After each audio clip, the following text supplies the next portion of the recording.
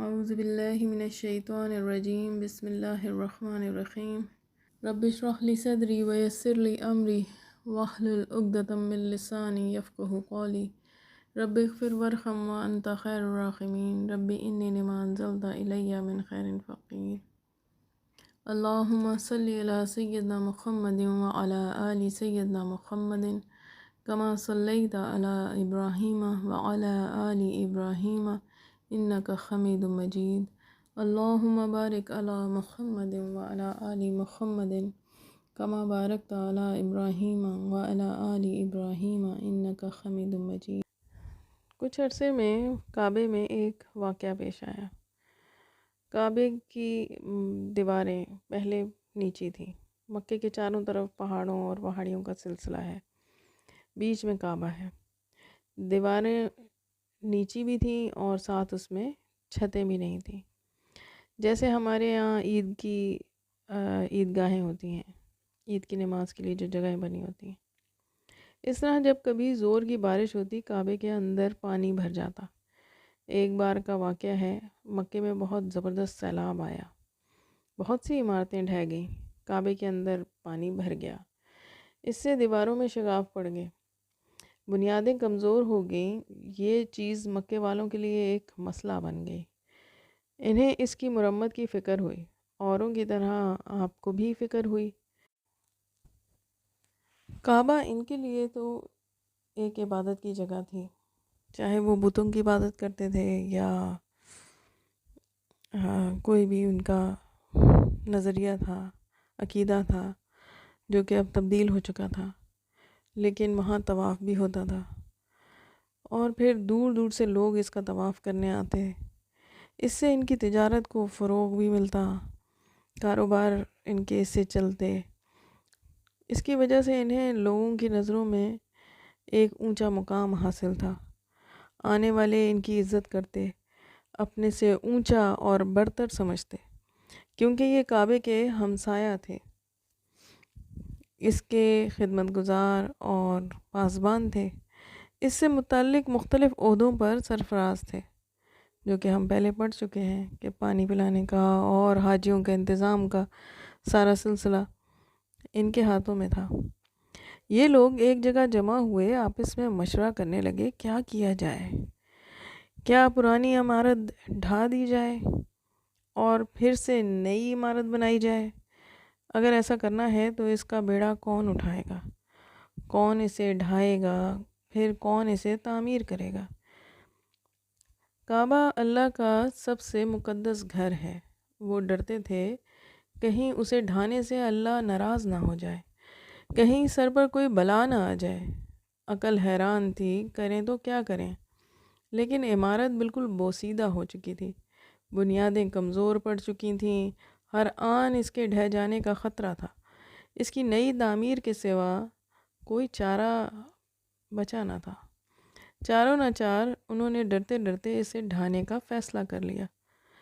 لیکن ابھی ایک مسئلہ اور تھا، نئی عمارت مضبوط اور پائیدار ہونی چاہیے، اس کے لیے عمدہ سامان کیسے فراہم ہو؟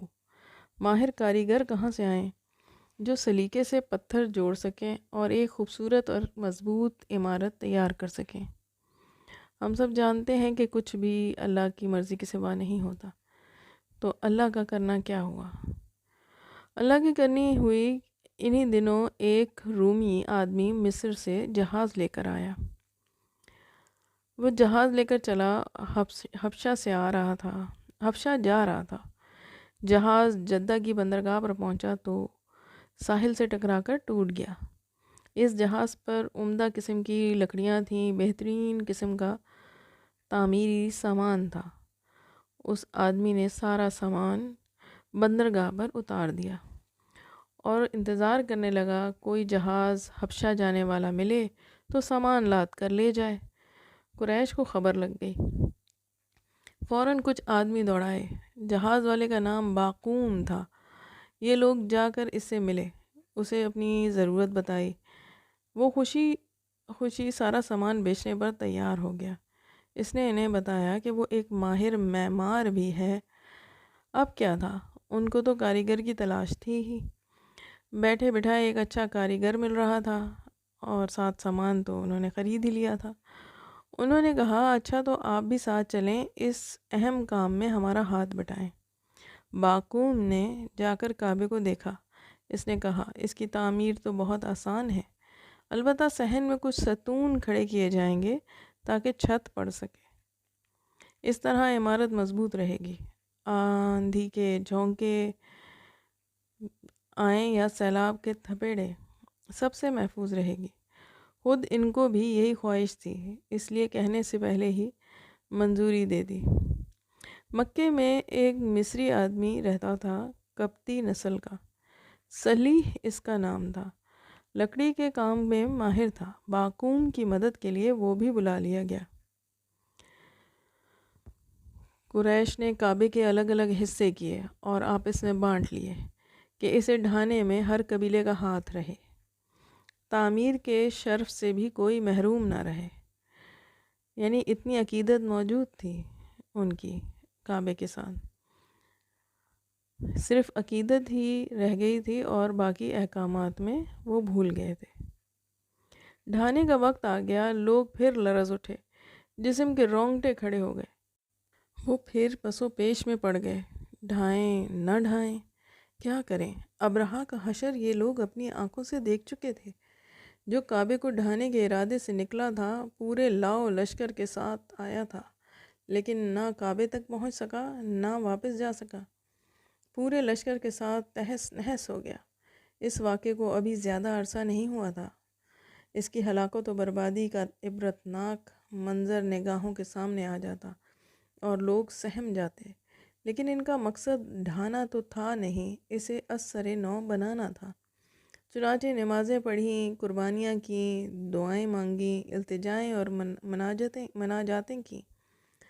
پھر ایک آدمی آگے بڑھا، خوف سے اس کا جسم کانپ رہا تھا، وہ تھا ولید بن مغیرہ۔ لرزتے ہاتھوں سے اس نے کدال پکڑی اور ایک ستون ڈھا دیا۔ ہر طرف سناٹا چھایا ہوا تھا، لوگ خوف و دہشت کے ساتھ چپ چاپ کھڑے دیکھ رہے تھے۔ انہیں انتظار تھا کہ ولید کا کیا حشر ہوتا ہے، وہ کس بلا میں گھرتا ہے۔ رات گزر گئی، نئی صبح نمودار ہو گئی، لیکن ولید کو کچھ بھی نہ ہوا، اس پر کوئی آفت نہ آئی۔ اب قریش کی ہمت بندھی، دلوں کو اطمینان ہوا اور کعبے کی عمارت ڈھانی شروع کر دی۔ ڈھانے میں سب نے حصہ لیا، پتھروں کو ہٹانے میں بھی سب شریک رہے۔ ڈھاتے ڈھاتے ایک سبز چٹان پر پہنچے، اس پر بھی کدالیں مار دیں، کدالیں چٹک چھٹک گئیں اور چٹان جوں کی توں رہی۔ پھر وہی نئی عمارت کی بنیاد بنی۔ قریب ہی پہاڑیوں کا سلسلہ تھا، وہاں سے پتھر ڈھو ڈھو کر لائے اور نئی عمارت بنانے لگے۔ آپ اور آپ کے سارے چچا اس کام میں پیش پیش تھے۔ دیکھتے دیکھتے محکم دیواریں کھڑی ہو گئیں۔ کعبے کی پرانی دیوار میں مشرق کی طرف ایک کالا پتھر تھا اور اب بھی ہے، اس کو حجر اسود یعنی کالا پتھر ہی کہتے ہیں۔ عرب اسے بہت متبرک سمجھتے، اسلام میں بھی اس کا خاص مقام ہے۔ کعبے کا طواف کرتے ہیں تو ہر طواف اسی سے شروع کرتے ہیں، اسے بوسہ بھی دیتے ہیں۔ قریش نے وہ دیوار کچھ اونچی کر لی، اب حجر اسود رکھنے کا وقت آیا۔ سوال پیدا ہوا، یہ شرف کس کے حصے میں آئے، کون اسے اس کی جگہ پر رکھے؟ کوئی قبیلہ بھی اس شرف سے محرومی پر تیار نہ تھا، ہر ایک یہ سعادت خود حاصل کرنی چاہتا تھا، دوسروں کے مقابلے میں اپنے کو زیادہ حقدار سمجھتا تھا۔ لوگوں میں نوک جھونک شروع ہوئی، اختلاف بڑھتا گیا، حالات بگڑتے گئے، اور پھر معاملے نے ایک سنگین صورت اختیار کر لی۔ وہ دل جو اب تک جڑے ہوئے تھے، اللہ کے گھر کے نام پر شیر و شکر ہو گئے تھے، پھٹنا شروع ہو گئے، ان میں نفرت و عداوت کی آگ سلگنے لگی۔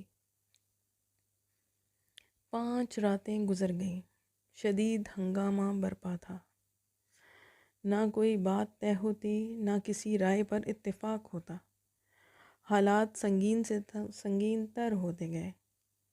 لوگ آپس میں کٹ مرنے کے لیے تیار ہو گئے۔ بنی عبدالدار اور بنی عدی دو زبردست قبیلے تھے۔ انہوں نے آپس میں گٹھ جوڑ کر لیا۔ دونوں نے عہد کیا یہ شرف کسی حال میں ہاتھ سے جانے نہ دیں گے، کسی اور قبیلے کو اس کے قریب پھٹکنے نہ دیں گے۔ عرب میں دستور تھا، جان دینے کا عہد کرتے تو پیالے میں خون بھر کر رکھتے اور عہد کرنے والے اس میں اپنا ہاتھ ڈبوتے۔ انہوں نے اس موقع پر یہ رسم بھی ادا کی۔ تلواریں میان سے باہر آ گئیں اور یہ ہوا کہ اب اس جھگڑے کا فیصلہ تلواریں کریں گی۔ اس وقت ابو امیہ بن مغیرہ اٹھا۔ یہ قریش کا سب سے زیادہ سن رسیدہ اور جہاں دیدہ آدمی تھا۔ ہر ایک اس کا احترام کرتا، اس کی بات کے آگے سر جھکا دیتا۔ اس نے بڑی دل سوزی کے ساتھ کہا، میرے بھائیو، عزت اور سرداری میں تم سب کا رتبہ برابر ہے۔ بلا وجہ آپس میں جھگڑو نہیں، نفرت اور عداوت کی آگ نہ بھڑکاؤ، عقل اور ہوش سے کام لو۔ اور میری بات سنو، پہلا قریشی جو باب الصفا سے داخل ہو کر آئے، اس کا فیصلہ اسی پر چھوڑ دو۔ اللہ کی رحمت شامل حال ہوئی، یہ رائے سب نے مان لی۔ کعبے کے گرد حرم شریف کی چہار دیواری تھی۔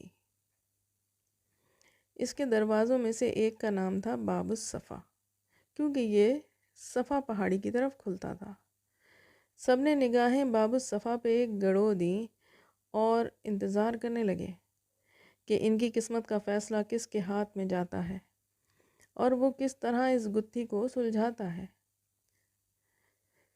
رب کا کرشمہ دیکھو، تھوڑی ہی دیر میں ایک خوبصورت جوان باب الصفا سے نمودار ہوتا ہے۔ وہ تیزی سے خانہ کعبہ کی طرف بڑھتا ہے۔ دیکھتے ہی دیکھتے سب پکار اٹھتے ہیں، امین امین، محمد امین کا فیصلہ تسلیم۔ کتنا اعتماد تھا قوم کو اس جوان پر، پوری قوم میں کوئی نہیں جسے اس کی دیانتداری میں شبہ ہو، کوئی نہیں جسے اس کا فیصلہ ماننے میں تامل ہو۔ دیکھنا ہے آج اس نازک موقع پر وہ کیا کردار پیش کرتا ہے۔ لوگ بے تابی سے آگے بڑھے۔ آپ سے فیصلہ چاہا۔ آپ نے فرمایا، ایک بڑی چادر لاؤ۔ چادر لائی گئی۔ آپ صلی اللہ علیہ وآلہ وسلم نے اسے پھیلا دیا، پھر حجر اسود کو اپنے ہاتھوں سے اٹھایا اور اس پر رکھ دیا۔ پھر فرمایا، ہر قبیلے کا سردار چادر کا ایک ایک کونا پکڑ لے اور سب مل کر اٹھائیں۔ قبیلوں کے سردار آگے بڑھے، انہوں نے چادر کے کونے پکڑ لیے اور جس جگہ پتھر کو لگانا تھا وہاں تک لے آئے۔ پھر آپ نے اسے خود اپنے ہاتھوں سے اٹھایا اور اس کی جگہ رکھ دیا۔ ہر طرف مسرت و شادمانی کی لہر دوڑ گئی۔ کتنا پیچیدہ تھا یہ مسئلہ اور کتنی آسانی سے حل ہو گیا۔ ہر ایک کی ناک رہ گئی، کوئی اس شرف سے محروم نہ رہا۔ آپ کی حکمت و دانائی سے ایک زبردست فتنہ دب گیا۔ قوم انتہائی تباہ کن خانہ جنگی سے بال بال بچ گئی۔ دشمنی اور عداوت کے شعلے بجھ گئے۔ سب پہلے کی طرح شیر و شکر ہو گئے۔ پھر قریش نے کعبے کی تعمیر مکمل کی، ستونوں پر چھت ڈال دی اور اندر جانے کے لیے اس جگہ سے ایک دروازہ کھول دیا جہاں بتوں کا مہاراجہ حبل براجمان تھا۔ اس وقت تک عمر مبارک کی 35 بہاریں گزر چکی تھیں۔ دیکھا تم نے محمد کتنے سچے تھے صلی اللہ علیہ وآلہ وسلم، قوم میں کس قدر محبوب تھے، بے داغ سیرت اور پاکیزہ طبیعت، ہر ایک آپ صلی اللہ علیہ وآلہ وسلم کی عزت کرتا، جو کچھ فرماتے اسے تسلیم کرتا۔ اللہ تعالیٰ نے آپ صلی اللہ علیہ وآلہ وسلم کی تعریف میں یوں ہی تو نہیں فرمایا تھا، اور بے شک تم عظیم کردار کے مالک ہو۔